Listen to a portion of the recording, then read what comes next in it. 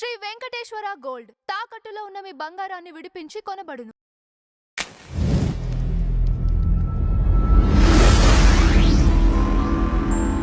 Sir నమస్తే. నమస్తే.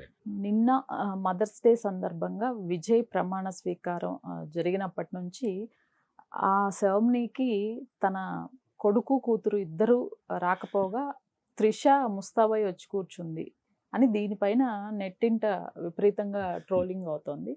అయితే త్రిష స్టేటస్ పెట్టడం, లవ్ ఈజ్ లౌడర్ అని చెప్పేసి స్టేటస్ పెట్టడం మరింత దుమారాన్ని రేపుతోంది. ఈ మొత్తం వ్యవహారం పైన మీ అనాలిసిస్ ఏంటి సార్? అంటే ఆయన కొడుకు డైరెక్టర్ కావాలి అనే కోరికతో ఉన్నాడు. ఓకే. ఆయన ఆల్రెడీ అంటే విజయ్ ఫాదర్ డైరెక్టరే ఎస్ఐ చంద్రశేఖర్ గారు. ఆయన వారసత్వంలో మనవడు డైరెక్షన్ డిపార్ట్మెంట్లోకి వెళ్ళాలనుకుంటున్నాడు. ఇప్పుడు సందీప్ కిషన్తో ఒక సినిమా చేస్తున్నటువంటి సందర్భం కూడా ఉంది. అతను సంజయ్ అతని పేరు. అతను కొంత అంటే తండ్రితో ఐడెంటిఫై కావడానికి కొంత మొహమాట పడుతున్నాడు ఈ మధ్యకాలంలో. వ్యతిరేకతే స్పష్టంగా అతనికి ఎక్కడో ఇబ్బంది కలిగించింది. అందుకని అతను ఇంటి పేరు కూడా మార్చుకున్నటువంటి పరిస్థితి. తద్వారా తన భావాన్ని తెలియజేసే ప్రయత్నం చేశాడు ఆయన ఓపెన్గానే. అందుకని ఈ ఫంక్షన్ అవాయిడ్ చేసి ఉండొచ్చు. తను కూతురు చదువుకుంటోంది, వేరే చోట ఎక్కడో ఉంది, తను రాలేదు. వైఫ్తో డిస్టర్బెన్స్ ఉంది. ఆవిడ ప్రస్తుతం డివోర్స్ కేసు నడుస్తోంది వీళ్ళది. ఆవిడ లండన్లో ఉన్నారు. ఆవిడ అక్కడ పౌరసత్వం కూడా ఉంది, బ్రిటన్ పౌరసత్వం ఉంది ఆవిడకి. ఆవిడ ఫాదర్ బిజినెస్ మ్యాన్ అక్కడ, ఆయన వ్యాపారాలు చూసుకుంటూ ఈవిడ అక్కడే ఉన్నారు. కనుక వాళ్ళు ఎవరు ఈ ఫంక్షన్లో కనిపించలేదు, వాళ్ళు రావాలని కూడా అనుకోలేదు. ఆ మేరకు వ్యతిరేకతలు ఉన్నాయి. పర్సనల్ లెవెల్లో ఈగోలు కావచ్చు, కోపాలు కావచ్చు ఉన్నాయి. వాళ్ళ రిలేషన్స్ అంత ప్రాపర్గా లేవు. ఆయనే చెప్పుకున్నట్టు ఆయన మా ఇంట్లో చాలా గొడవలు ఉన్నాయి అన్నాడు ఈ మధ్య కాలంలో విజయ్. చెప్పి ఆ గొడవలు నేను సార్ట్అవుట్ చేసుకోగలిగినవే నేను సార్ట్అవుట్ చేసుకుంటాను అని కూడా అన్నాడు. బహుశా ఇప్పుడు పిల్లల దగ్గరికి వెళ్ళి వాళ్ళతో మాట్లాడే ప్రయత్నం ఏమైనా చేస్తాడేమో చూడాలి. అంటే స్టాలిన్ గారితో కూడా మాట్లాడటానికి వెళ్ళాడు. వెళ్ళి ఈ ప్రయాణంలోనే ఆయన కుటుంబపరమైనటువంటి ఇబ్బందులు కూడా అధిగమించే ప్రయత్నం చేస్తాడు అని అనుకోవచ్చు, కొడుకుతో పర్టికులర్గా. అతను ఎలాగో ఇక్కడే ఉన్నాడు, ఈ ఇండస్ట్రీలోనే ఉండాలి అని అనుకుంటున్నాడు, సినిమా చేస్తున్నాడు ఆల్రెడీ. కనుక ఆ రిలేషన్ ఏదో నడుపుతాడు. త్రిష గారితో దాదాపు ఆల్మోస్ట్ అయిపోయింది. ఈ ప్రమాణ స్వీకారం హడావిడి అయిపోయిన తర్వాత వీళ్ళిద్దరూ పెళ్లిపేటలు ఎక్కాలి అనుకుంటున్నారు అనేది బయటకు వచ్చేసిన వార్త.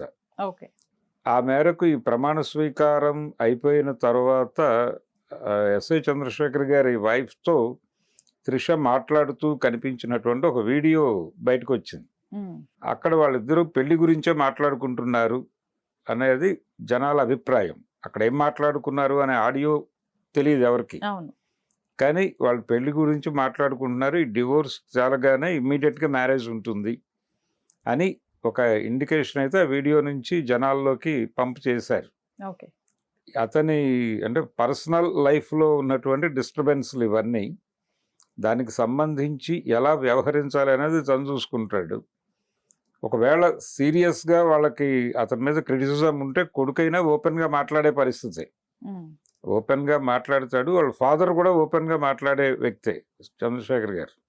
ఆయన ఒక మాట అన్నాడు ఇంతకుముందు ఒక ఇంటర్వ్యూలో, విజయ్తో తనకి కూడా భేదాభిప్రాయాలు ఉన్నాయని.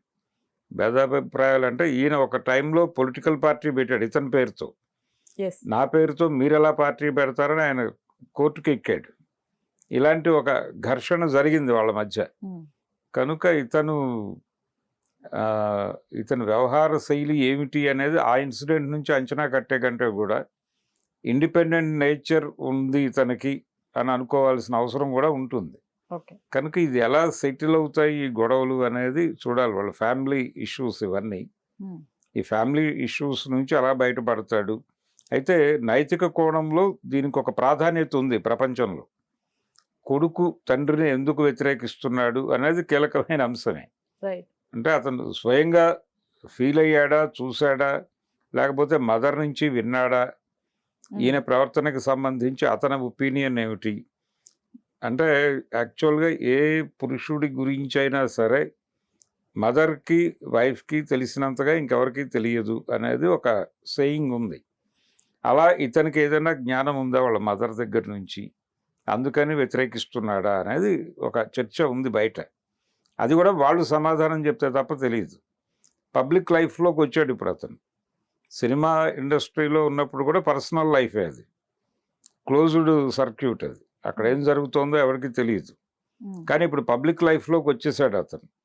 ఈ పబ్లిక్ లైఫ్లో ఈ తరహా ధోరణులు గనక దొర్లితే జనం పక్కన పెట్టేస్తారు ఇతను.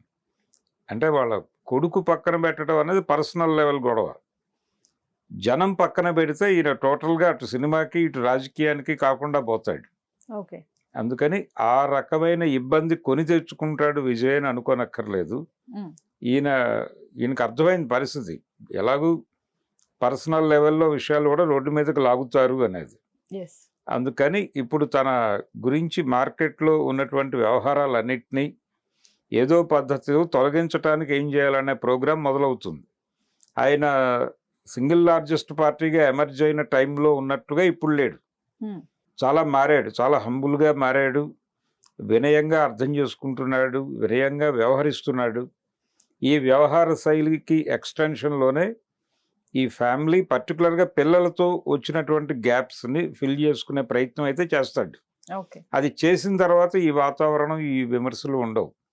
ఆవిడతో రిలేషన్ అయితే కోర్టు డిసైడ్ చేయాల్సిందే.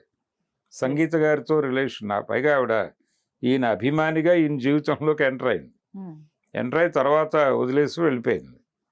ఈ వెళ్ళిపోతున్న టైంలో ఆవిడ ఈ కోర్టుకు సబ్మిట్ చేసిన పేపర్లలో ఆయనకి వివాహేతర సంబంధాలు ఉన్నాయనే రాసింది. ఆవిడ సంబంధము అనలేదు, సంబంధాలు అనే రాసింది.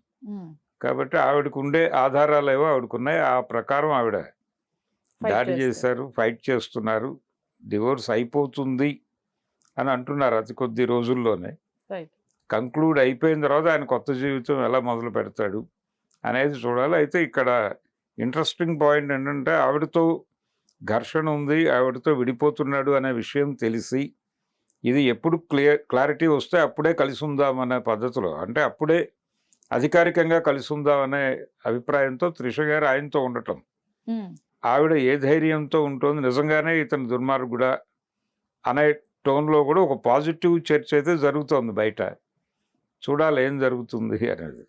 Right sir, thank you so much. Thank you.